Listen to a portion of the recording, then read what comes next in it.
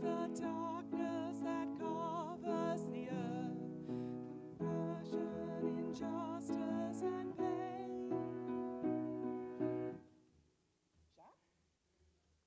No, it keeps swinging. I don't know what I've done to it, but I've tightened up all the... Yeah. Just... It's the weight. Oh, it's the cord. Right, okay. Oh, wait a second. Oh, I know, it's this. That? Okay. Which way is it?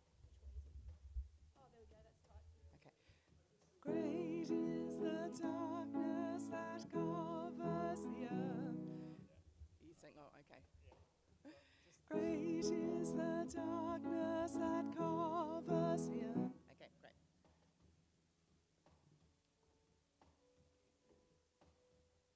I feel a bit sorry. We're trying to go quickly. Jacques?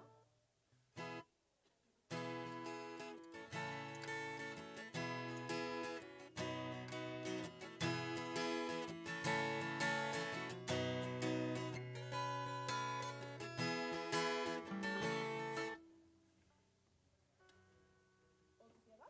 Okay. Okay. I think I'll just do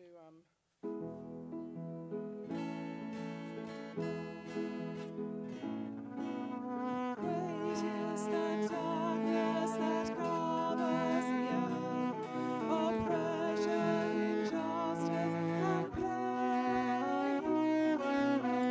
Nations are sleeping in helpless despair, for many have come in thy name, urging our sanity tides.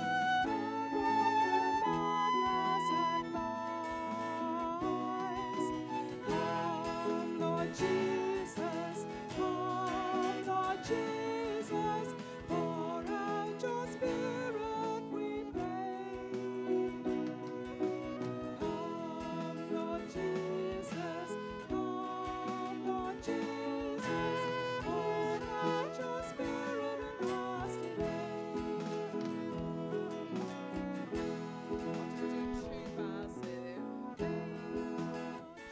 I'll do two bars in between, just give them a bit of a chance to breathe.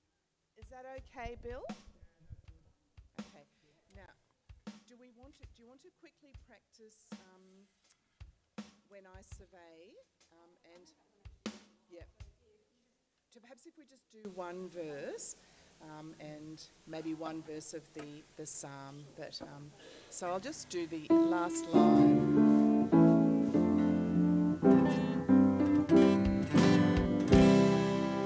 When I survey the wondrous cross on which the Prince of Glory died,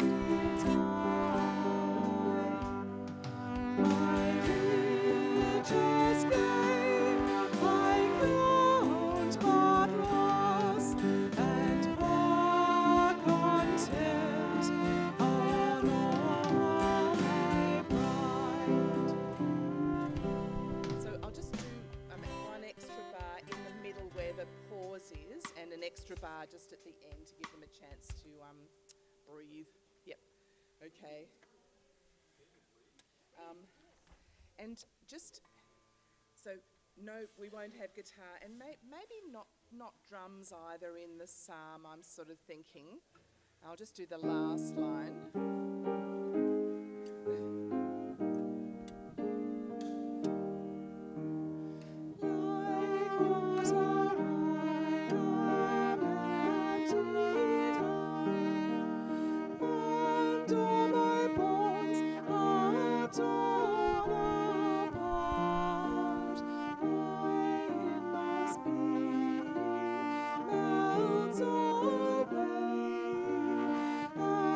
Into wax is turned my heart. Yes, that's fine, isn't it? Yeah. Okay. Yeah. Yes. Well, I was trying to find he wanted a sad tune, so Right. So if we let the Samoans now come up, that might be the thing to do.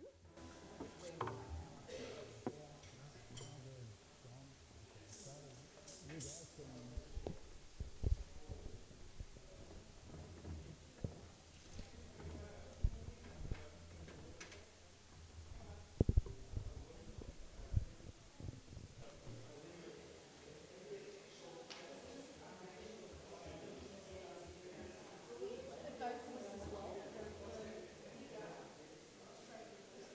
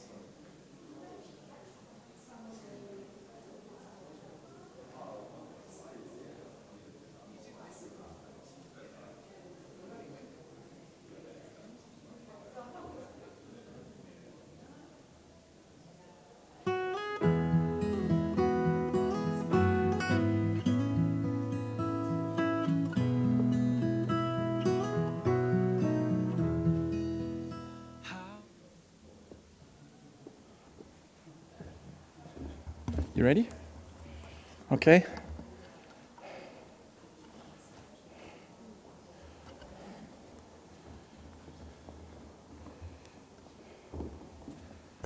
Okay, folks, it's good to see you. Easter Friday. Especially good to see those of you who are visiting.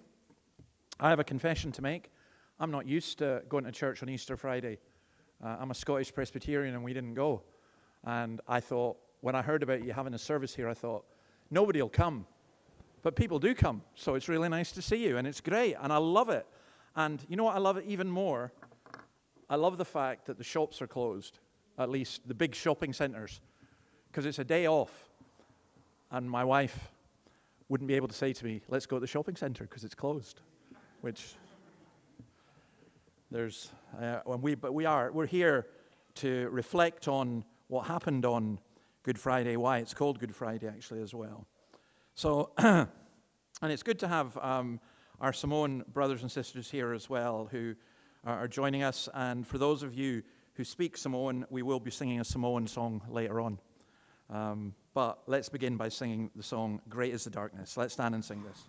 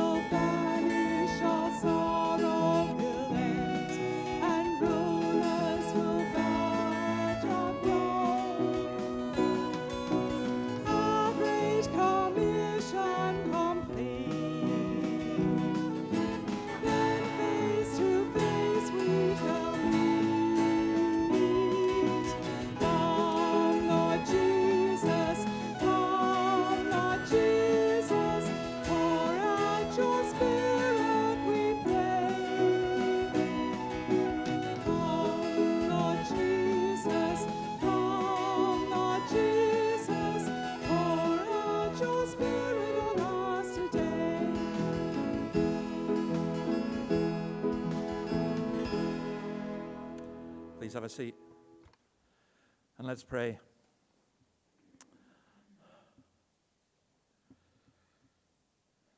Lord, we feel that we are watching whilst sanity falls We're conscious of a madness in this world. Sometimes we are conscious of great sadness in our own lives, great confusion. So we pray that on this day, as we come into your presence, that you would grant us sanity, that you would enable us to know what reality is, to know who you are, and to see ourselves in this great picture of the world that you have created. Whatever our personal circumstances, O Lord, you know them. And so we pray that even by us being here, that you would speak to us, and it would be a personal and direct word from your word. We pray for those who are unable to be with us, those who are sick, those who watch online, those, O Lord, who are in hospital. We pray for those who have no desire to come and hear your word. We ask that you would have mercy on them. We bless you, our God, that we have this great opportunity, and we ask that you would be with us. In your name, amen. Okay, I don't really have a lot of notices. We don't have tea after the service on Good Friday, but I believe the urn is on, and if you wanted to go and make yourself a cup of tea, that sounds really terrible, doesn't it? But if you want to do that, you're very welcome to do that. If you've got any questions or comments, please feel free to speak to me. You should have received an invitation card or a notice card when you came in. I will contact you if you fill that out, if you'd like to meet up. Sunday, we have our Easter morning service at 10 o'clock, and then we have our Alive at 5 o'clock. And what I'm doing with this and the Easter one is looking at the three aspects of Christ over Easter: his death, his resurrection, and his ascension. So it's kind of like a mini conference, really. A lot of Christians go off to Katoomba Easter, but you can just stay here and get the conference here if you like. Now, the Samoan Church, when do you guys meet? 11 o'clock, is that right? 11 o'clock on Sunday. So your service will be at 11 o'clock on Sunday. So highly recommend going to the Samoan Church. It's well worth it. Okay, those are the notices. Now we're going to sing a song, at least part of it, Psalm 22. This was the psalm that Jesus said on the cross. I think that he said the whole psalm, because the beginning of the psalm, he certainly said, my God, why have you forsaken me? And the end of the psalm, he also said when he went, it is finished. And I think in between, this whole psalm reflects how Christ fell on the cross. So when we're singing it, that's what we're singing. We're singing the emotions of Christ on the cross, which may seem a kind of strange thing, but I find it to be a very beautiful thing. So let's sing Psalm 22, and Ari's already started, but don't worry. Psalm 22, let's sing 14 to 20.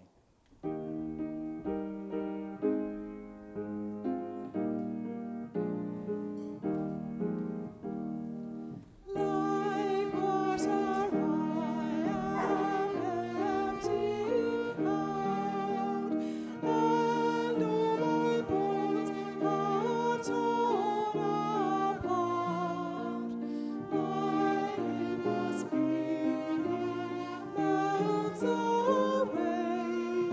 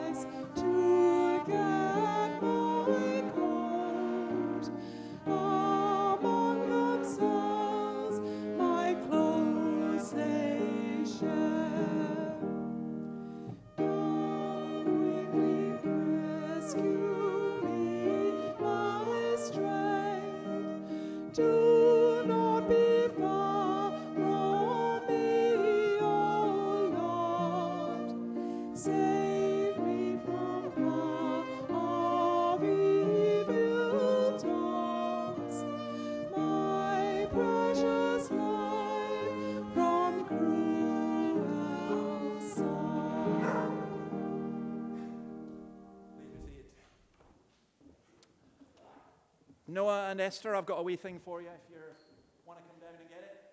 Where are you? You're there. Good. Now, I give you a warning that there's a special craft, which probably means it's going to be very messy. I think I'm really warning your mum, okay? Because what did we give you last time? Did we give you some gel? Slime. Oh, we gave you slime last time. Did you like the slime? Yeah, it's really messy. I like messy stuff too. Right. Before you do this, just tell me very simply, what's day cold? Do you know? You know what day of the week it is? Good Friday. You know why it's called Good Friday? Because we're going to go to church so they know, so we learn what Easter's all about. It's called Good Friday because we go to church to learn what Easter's all about, which I think is a great explanation. Okay? And in fact, that's as good as explanation as you can get. Because in one way, it could be Bad Friday because what happened on Friday? What happened to Jesus? He died on the cross, which is a horrible way to die. But he died for us so that we could be forgiven. So that's what we remember. And then on Easter Sunday, what do we remember? Go. Don't worry, Ari knows. What do we remember on Easter Sunday? Esther, that's for you. Do you remember? That Jesus died on the cross? No, we remember that he rose from the dead because he died and he rose. Okay, guys, you take those and be careful and do what your mum says, which you always do anyway, don't you? You do what your mum says, okay? All right, on you go. Here you go, guys.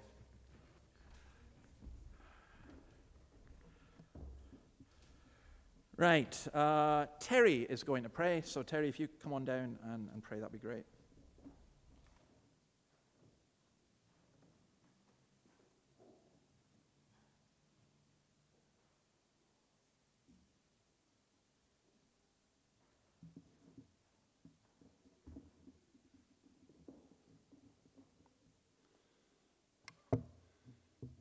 Let's pray to our Heavenly Father.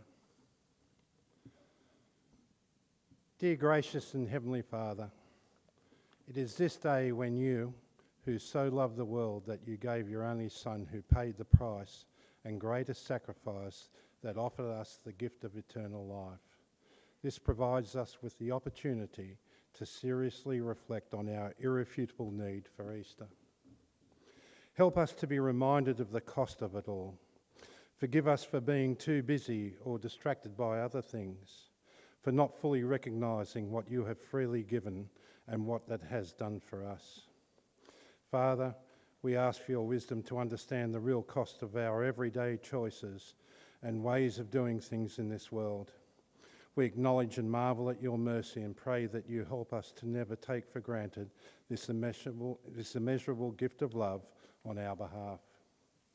On this day, we join with our brothers and sisters in Newcastle and beyond and pray for them and for them. We pray for your church. May we be true to your ways that are always open to all, brave in speaking your truth and humbly led by your Spirit. We pray for our nation and all those who serve in and aspire to authority in the coming elections. May they serve in your goodness, attending to the needs of those that are vulnerable. We rely upon your supreme guidance and wisdom. We pray for our world and all those you have created to be citizens and your family.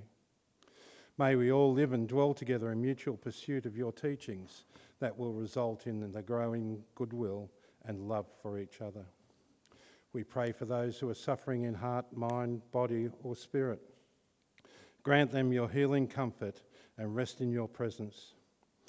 Forgive us for the times when our compassion for others burns out, but our pride and selfishness burns stronger, and we lose awareness of our brothers and sisters' needs. We pray for those who are grieving in our church and throughout our community. We ask that you hear their cries and answer them as you have promised with your loving mercy and care. Lord, please hear our prayers for our little congregation and the mighty call that you have made to David and Annabelle to share the gospel, bringing you glory and joy, while blessing those who are learning your ways and to uplift our spirit through your truths. Father, we are overwhelmed when we survey the wondrous cross and your unfailing love. We struggle in grasping the depth of love, and when our pride dims our ability to respond with gratitude and devotion. Inspire us to release what holds us back and trust in your unfailing love. As we raise these prayers to you today, we seek to deepen our relationship with you. May these prayers be a source of strength to draw us closer to your heart, to satisfy our irrefutable need for you at Easter, and walk in the hope of resurrection through Jesus Christ, who died for us and lives forevermore. Amen.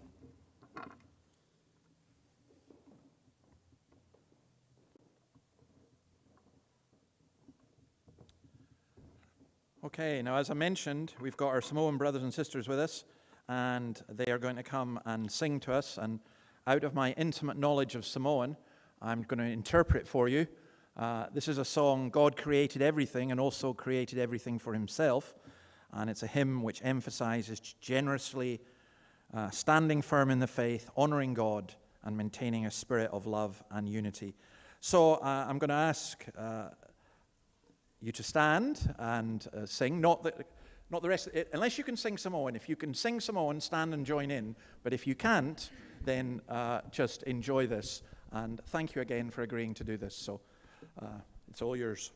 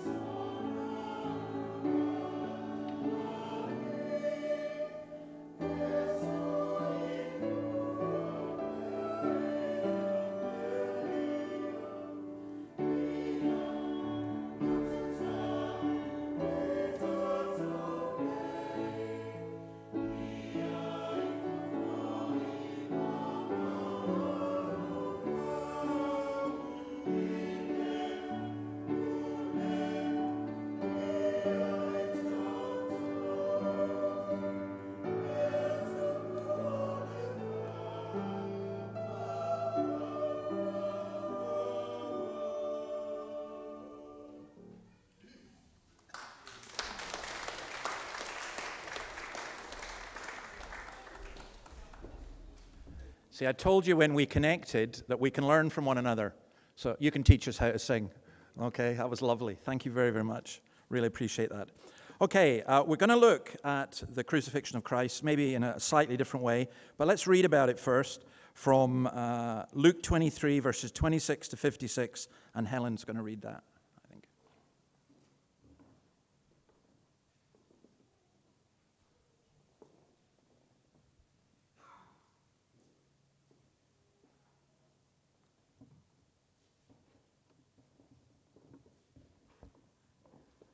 Let's read from Luke, chapter 23, beginning at verse 26. As they led him away, they seized Simon from Cyrene, who was on his way in from the country, and put the cross on him and made him carry it behind Jesus. A large number of people followed him, including women who mourned and wailed for him. Jesus turned and said to them, "Daughters of Jerusalem, do not weep for me, weep for yourselves and for your children. For the time will come when you will say, 'Blessed are the barren women, the wombs that never bore and the breasts that never nursed.' Then they will say to the mountains, 'Fall on us,' and to the hills, 'Cover us.' For if men do these things when the tree is green, what will happen when it is dry?" 2 other men, both criminals, were also led out with him to be executed. When they came to the place called the Skull, there they crucified him, along with the criminals, one on his right, the other on his left. Jesus said, "Father, forgive them, for they do not know what they are doing." And they divided up his clothes by casting lots. The people stood watching, and the rulers even sneered at him. They said, "He saved others, let him save himself, if he is the Christ of God, the chosen one." The soldiers also came up and mocked him. They offered him wine vinegar and said, "If you are the king of the Jews, save yourself." There was a written notice above him which read, "This is the King of the Jews." One of the criminals who hung there hurled insults at him. "Aren't you the Christ? Save yourself and us." But the other criminal rebuked him.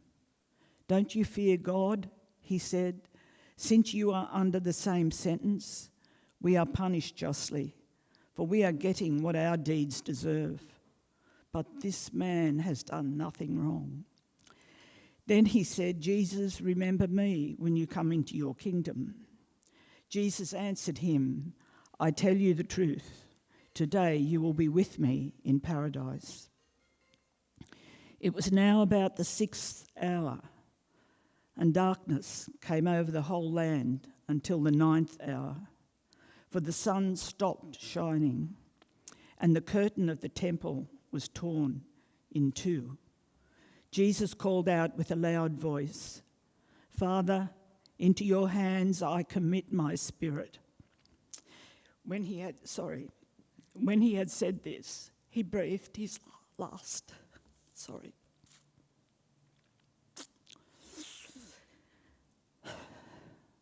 The centurion, seeing what had happened, praised God and said, "Surely this was a righteous man." When all the people who had gathered to witness this sight saw what took place, they beat their breasts and went away. But all those who knew him, including the women who had followed him from Galilee, stood at a distance watching these things. Now there was a man named Joseph, a member of the council, a good and upright man, who had not consented to their decision and action.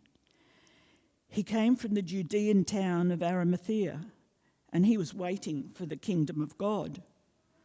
Going to Pilate, he asked for Jesus' body. Then he took it down, wrapped it in linen cloth, and placed it in a tomb cut in the rock, one in which no one had yet been laid. It was preparation day, and the Sabbath was about to begin. The women who had come with Jesus from Galilee followed Joseph and saw the tomb and how his body was laid in it. Then they went home and prepared spices and perfumes, and they rested on the Sabbath in obedience to the commandment. This is the word of God, the word of the Lord.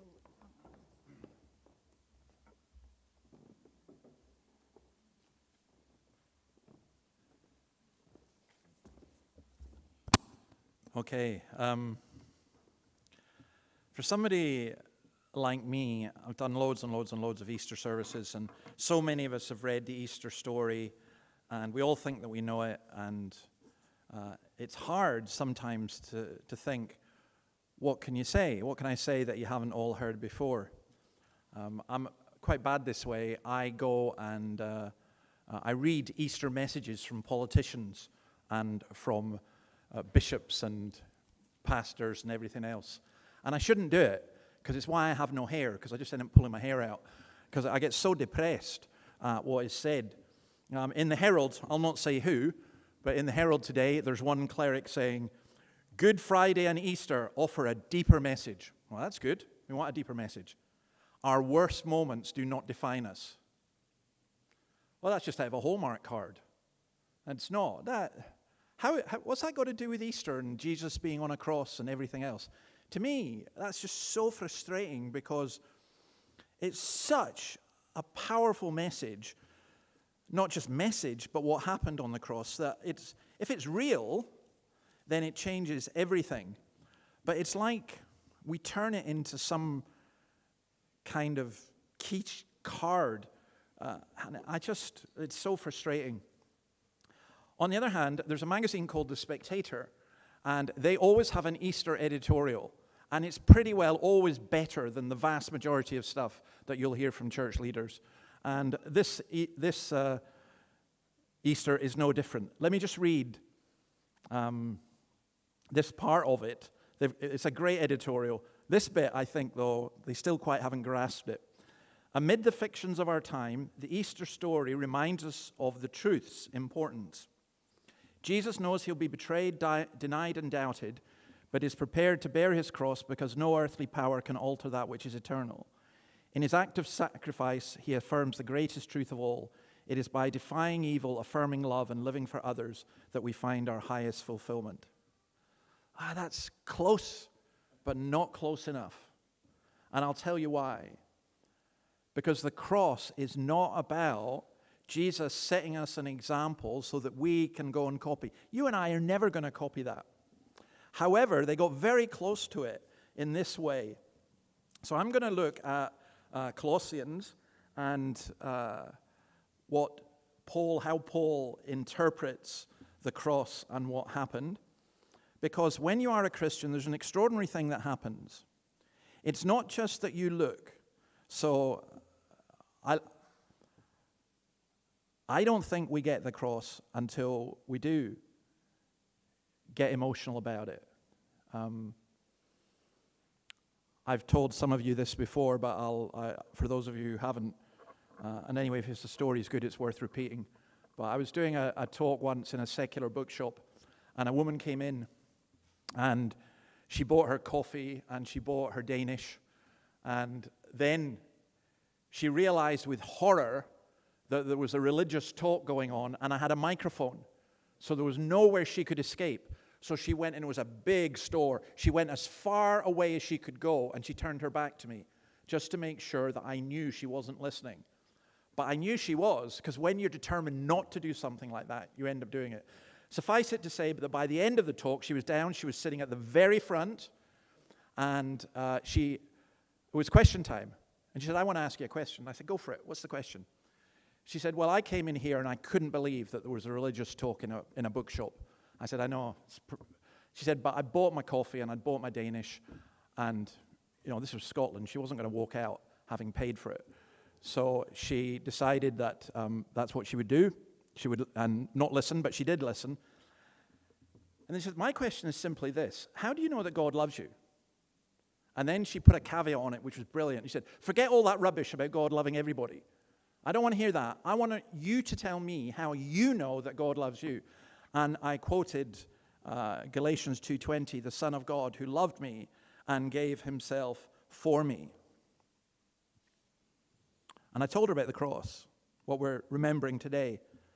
And what I remember, I'll never forget it, because you can tell, by the way, see when I'm looking at you, I can tell if you're listening or not. After years and years of experience, I know all the fake listeners and all the real ones. And anyway, but I could, you could tell she was listening because her eyes were popping and her mouth was wide open, like that. And at the end, she said to me, I'm not saying I believe that, but if that is true, that's the most wonderful thing I've ever heard. And I said to the Christians who were there afterwards when we were doing a kind of debrief, do you know this? That lady who's not a Christian got the cross better than most of us because she was stunned by it. And I think it is stunning. When Christ died on the cross, it's not just that he died, we died with him. I know that sounds such a strange thing, but that's what we're buried with him in baptism says. Our whole self ruled by the flesh was put off when we were circumcised in Christ. And I'm not even going to get into circumcision. But we're buried with Christ. We died with Christ. There's a kind of identity that we have with him. And we are raised with Christ. That's what he says. So I want to look at some of what that means. First, verse 13 of Colossians chapter 2. When you were dead in your sins and in the uncircumcision of your flesh, God made you alive with Christ. Now, what he's saying simply, and there's another aspect to this as well, but here's the very simple bit. Without Christ, we are dead. Now, you know immediately that that's not true at one level, because you're alive. I was joking with somebody yesterday. I met them, and they said, how are you? And I said, oh, I'm the living dead. I'm just like a zombie. And they said, well, at least you're breathing. That's how you know you're alive. Well, there are certain things that tell you that you're alive.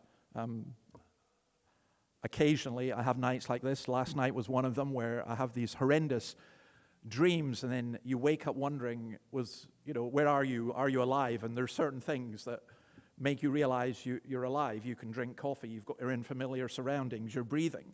We all live in that way. But there's a sense and a reality in which we are also dead. I don't know if any of you ever watch Monty Python, but you can look this up on the internet if you want. Just type in Monty Python dead parrot sketch, where they basically, a pet shop owner tries to sell someone a parrot that's dead, that he's nailed to the perch, and he's trying to persuade him that he's alive. Well, there's a sense in which we as human beings, we're physically alive, we're emotionally alive, although our emotions may be distorted. We're intellectually alive, although our intellects are limited. But we are spiritually dead. We are dead in sins and trespasses.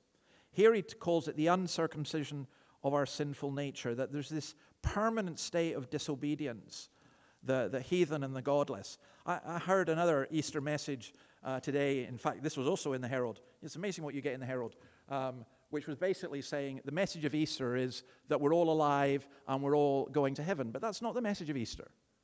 It really isn't. People have got to stop making things mean whatever they want them to mean. The message of Easter is much more uncomfortable than that, because sin remains with us and it separates us from God. But when you become a Christian, it's not that you become perfect. In fact, sometimes you become much more aware of the things that are wrong with you. But the separation has gone. If you're into classical literature, Romeo and Juliet, and if you want the better version of it, just go for the Dire Straits song, Romeo and Juliet. You can look that up on YouTube. YouTube is so good. Everything I mention you'll find on YouTube at some point. But in Romeo and Juliet, what's the great curse for Romeo and Juliet? That Romeo is banished. And banishment is worse than death. Separation from God is worse than death. John Calvin says this: we know, however, that men cannot live otherwise than by their cleaving to God, who alone is their life. We need to be resurrected. We don't need just a little amendment in our lives. We don't need just a little change. If you understand the message of Easter as being, well, you've come to a church on Good Friday or you go on Easter Sunday, and it would be really good if you came more, that's not the message. The message is you need life. Real life. You need to be changed.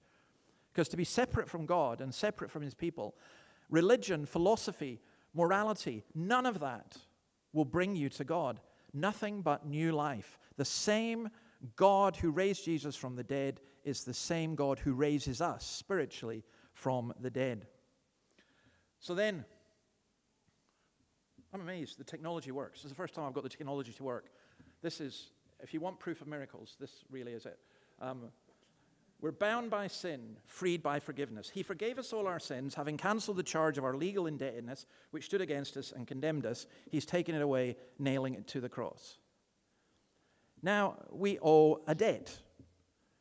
I've now got to a stage in my life that when I go home and I open up the post bin and I look inside it and there's an envelope that says from the New South Wales government, or particularly the Roads and Transport Department, I'm going, oh no, I better open this before Annabelle gets home. Because the car's in her name, but it's usually me that's driving when it's been going too fast. And you're looking at it, and, you know, I got one the other week, which I didn't mean to. I hate parking in disabled spots, but somehow I got it wrong, and I ended up parking in a disabled spot. And they fined me a point, but worse than that, they fined me $650, which I could not believe. They don't fine you that for breaking the speed limit, but I thought, there's a debt. How am I going to pay that? I handed it to my wife. She just looked. Like, you can't pay it. That's a debt. It's a debt that you owe. There are debts. You understand what we mean by debt. But what is meant by debt here is this.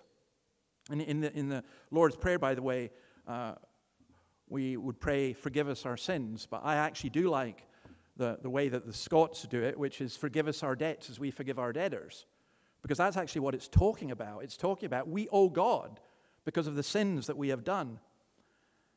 The Jews agreed to obey the law. Romans chapter 2, verses 14 and 15, it says we're obligated to that. The Gentiles, the non-Jews, have the law in our hearts. We all know it. But the obligation is not paid by either group. In other words, there isn't a single person who can stand before God on the day of judgment and say, hey, I did some bad things, but on the other hand, I did some good things, and I paid for them. I paid for my sin. Ian McEwan's a great writer. He's an atheist. He wrote a book called Atonement, which was turned into a tremendous film. And the whole thing is about a young girl who did something horrendous and is trying to atone for what she did. And McEwan's point is that you can't. Now, he gets that right, but as an atheist, he has no solution to that. Then we're bound. We're guilty. We're in debt. How do we square our accounts? Well, there's a lovely song, he paid a debt he did not owe, I owed a debt I could not pay. What we're told here is God removed the debt and destroyed the document on which the debt was recorded. And that's the cross. That's the point. The point of the cross is when Jesus died on the cross, he wasn't dying to show us what a nice guy he was or to show us how to sacrifice ourselves or anything like that. He was paying something. He was paying what we owed. He took it. It's as though there's this debt that's written on paper, and Paul says he took it away and he nailed it to the cross and it's paid for and it's done. There was an accusation that was made, the Roman titulus is how it was described. And in Galatians 3:13, Paul puts it this way, Christ redeemed us from the curse of the law by becoming a curse for us. For it is written, cursed is everyone who hung on a tree. You see, what God is saying is not forget it. What he's saying is it's being paid for in full by Christ. God never says to us, oh, don't worry, I'll just accept you as you are, you're fine. Doesn't matter. God says it really matters. It matters more than you will realize, and it matters so much that I sent my son to pay for it. So we're bound by the law, but freed by forgiveness. I have been tempted many times. In fact, I did it once. I phoned up. I don't do a lot of speeding. I just get caught. But I phoned up. There's a double traffic camera near Glasgow, which is just a money-making racket for the council. And I got caught twice in like 300 meters. So I phoned them up, and the woman I phoned up, she laughed, and she said, yeah, I'm sorry about that. We just do it to make money. I said, well, thank you for admitting it. Any chance you'd let me off?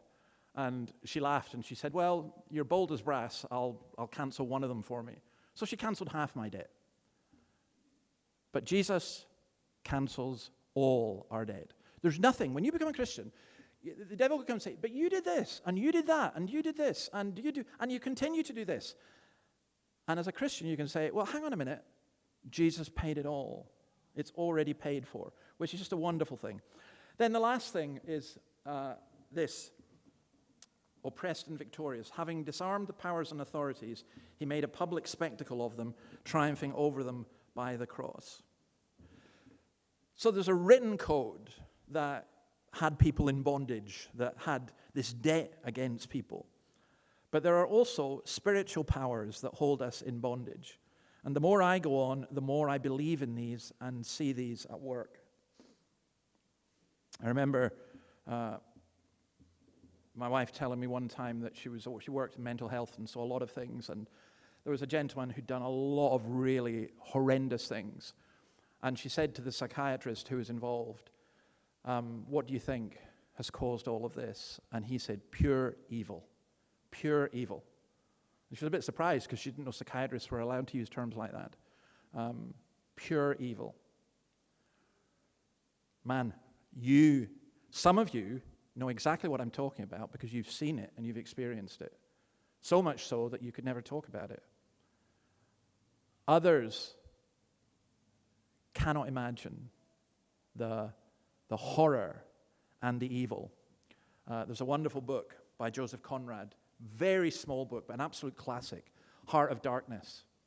And it's about him, if you've seen the film Apocalypse Now, it's a kind of turned into American Vietnam version of it, which is just a phenomenal film as well. But the book is even better. And it's about him going up the river in the Congo and just coming across somebody who's articulate and intelligent and has become pure evil. And Conrad has no answer to it. When Conrad writes, he is such a beautiful writer. He's Polish, which amazes me that he wrote this in English, and he wrote such beautiful English, that you come away from that book thinking, there is this heart of darkness, there is a heart of darkness, and there's nothing we can do about it, which was really his message. His message wasn't that in the African continent it was dark and evil. His message was that in human beings there is darkness and evil. And I think that what we read about and what we see here in terms of the cross is that it's not just our sins forgiven, but we are released from powers that seem to control our world, to control different things. I don't know if any of you read horoscopes. I hope you don't. I'm still astounded. When I was trying to understand, I went into the ministry. I thought, I'm supposed to read everything my congregation's reading. So I started reading women's magazines. And in the village, people were a bit surprised when I went in and said, look, can I have Women's Own? Can I have that one? Can I have Vanity Fair or whatever? And I got them, and it amazed me. Every single magazine, I don't know if that's true, had a horoscope. And I thought, who believes this rubbish? And lots of people do. That's why they're in there, because people will pay for that. Really? You think your life is controlled by the stars, by the positioning of the moon? I went to a house once, different cultures have different ways of expressing this, how we're controlled by fates or powers or circumstances or whatever, and that we can do nothing about it. Going into a house one time, and they were into feng shui, and the toilet had to be in exactly the right position, the door facing the right way, the candles the right color. Everything had to be like that. And I thought, what a bunch of superstitious people. And then I went to play football the next day, and all the guys were tapping the door as they went out, because otherwise they would lose. I think, they're not the only ones that are superstitious. All of us have that. We have different fears.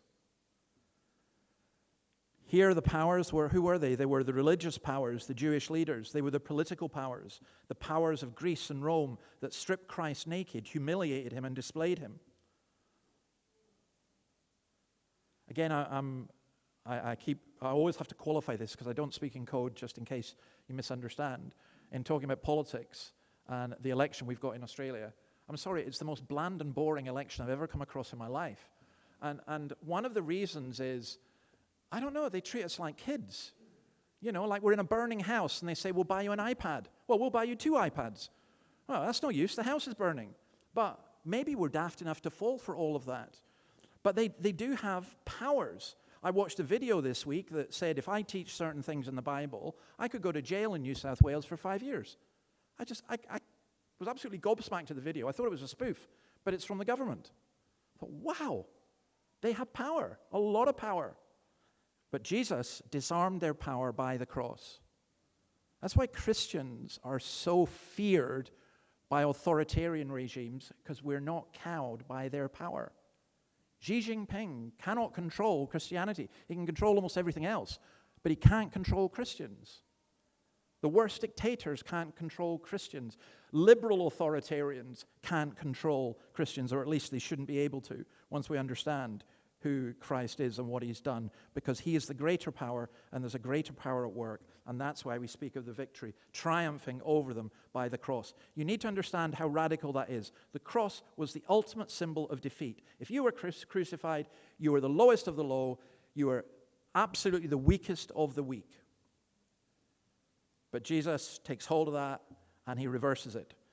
I won't read it, but if you read the whole of 1 Corinthians 15, it is about how Christ defeated death and the devil and the demons through the cross. But, there is a but, and with this I'll finish. Sometimes we don't experience the victory. It's not enough for a cleric to write in a newspaper, oh, we're all set free by the cross. Isn't life wonderful? Now go out and have a swim at the beach and enjoy everything. No. You've got to ask this. I'll give you an example. On the 18th of December, 1865, the 13th Amendment abolished slavery in the United States. Slavery is now illegal. But then Lincoln was assassinated. And an Alabaman African-American was asked what he thought of the great emancipator Lincoln, the man who freed the slaves. And this is what he said: I don't know nothing about Abraham Lincoln, and I don't know nothing about emancipation either. See, one of the sad things about Easter is Jesus did all this, and it is absolutely incredible, and it's absolutely wonderful. And so many of us know nothing about Jesus, really, and know nothing about the freedom and the victory that he brings. In Romans 8 and verse 38, we are told this: I am convinced that neither death nor life, neither angels nor demons, neither the present nor the future, nor any powers, neither height nor depth, nor anything else in all creation will be able to separate us from the love of God that is in Christ Jesus our Lord. See, our sin did separate us. And lots of things could separate us. But what he's saying here is this: because of the cross, because of what Jesus did, death won't separate you. What happens to you in life won't separate you. Angels can't separate you. Demons can't separate you. The present can't separate you, nor the future, nor any powers. Nothing in all creation can separate you from the love of God that is in Christ Jesus our Lord. And if you want to, someone ever says to you, how do you know that Jesus loves you? How do you know that he loves you? The Son of God who loved me and gave himself for me. I hope and pray that is your experience, that is your understanding. I hope and pray that if you are a Christian, a real Christian, that you are moved by that. Not just, oh yeah, that's right. Correct doctrine, right words, use the good words. I was once told of a lady, you should go and visit her, and we don't think she understands grace. And yeah, her Bible knowledge wasn't great, and she couldn't express things in the way that people in the church I was in would have expected. But when Annabel read to her from Mark about the cross, tears filled her eyes. And I was explaining this to my friend Sinclair Ferguson, and he said, you know, the worst thing about grace is we made it into a doctrine. He said, that woman got grace way more than most Christians. And that's true. It's true. It's, in the old Scots phrase, it's better felt than telt. We tell it because we have to. We tell it because that's how you get it. But you need to experience it. You need to know the power of the cross and the forgiveness that comes from it. It's not easy to grasp. I know people right now who are wrestling with the whole thing. And that's fine, because it is quite difficult. But once you get it, you're set free. And so you keep wrestling until you are set free. Let's pray. Thank you, Lord, for this wonderful day, Good Friday, the darkest day ever to occur on earth, and yet perhaps also the greatest day, the day when death was defeated, when sin was beaten, when the devil was destroyed. We bless you, O Lord, that this day that we remember is our day of liberation, our day of emancipation, our day of forgiveness, our day of freedom. In your name, amen. Okay, we're going to finish by singing. And when I survey the wondrous cross, of course. That's what we're going to sing. So let's stand and sing that.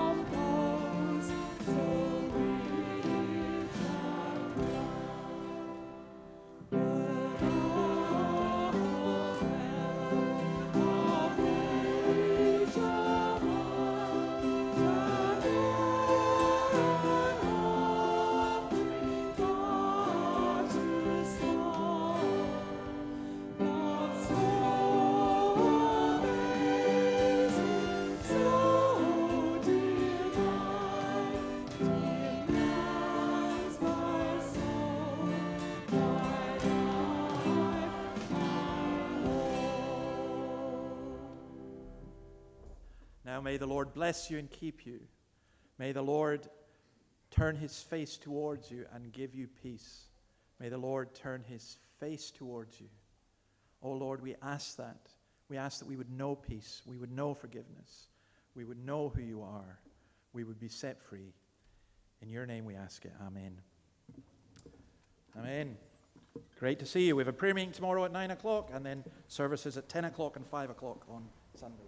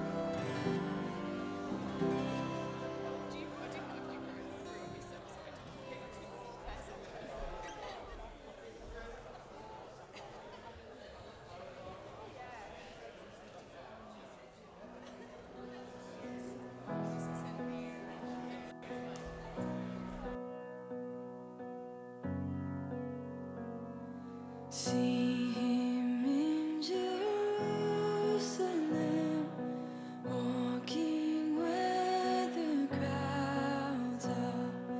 Once these streets had sung to him, now they cry for murder. Such a frail and lonely man, holding up the heavy cross. See him walking in Jerusalem, on the road to save us.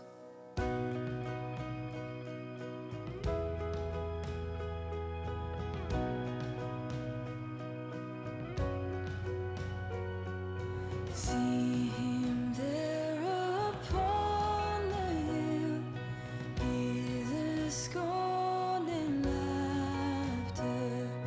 Silent as a lamb he waits, praying to the Father. See the King who made the sun and the moon and shine